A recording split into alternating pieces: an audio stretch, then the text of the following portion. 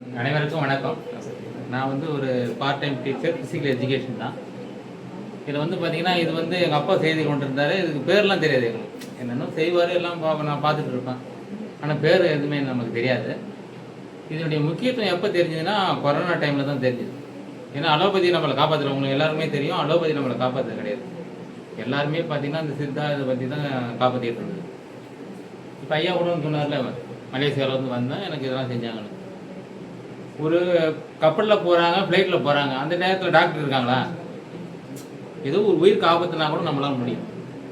Corona மாதிரி இன்னும் எத்தனையோ இதெல்லாம் நம்ம சந்திக்க போகிறோம். கண்டிப்பாக வந்து அலோபதி நம்மளை காப்பாற்றாது. கண்டிப்பாக நம்ம இதுதான் நம்மளை காப்பாற்ற போகிறோம். புரியுதுங்களா? ஒரு சின்ன குழந்தைக்கு பிறையாருனா கூட நம்ம தட்டுறோமா இல்லையா? அது அலோபதி நம்ம யூஸ் பண்ண முடியாதுன்னு சொல்ல முடியுமா? யார் எது வேணாலும் பேசட்டும், அதை பற்றி கவலை கிடையாது. நம்ம ஒற்றுமையாக இருந்தால் சட்டத்தை நிர்ணயம் பண்ணுறது யார்? நம்ம தான். மக்கள் எல்லாம் ஒன்றாக சேர்ந்தோம்னா நிச்சயமாக தமிழர் முறை கண்டிப்பாக இந்த உலகை ஆளும்.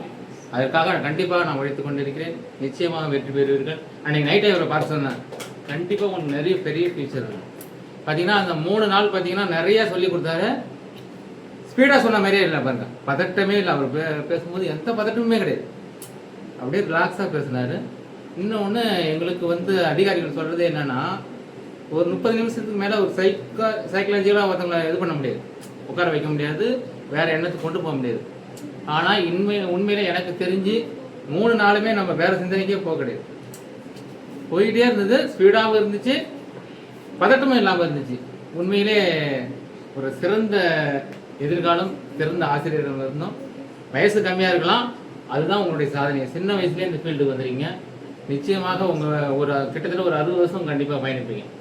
நிச்சயமாக எனக்கு தெரியும் இதுமாரி இருக்கிறதுங்க. கண்டிப்பாக தமிழர்களுடைய பண்பாட்டை நம்ம எல்லாம் ஒற்றுமையாக இருந்து வளர்க்க வேண்டுங்கிறத நான் கேட்டுக்கிறேன். நன்றி.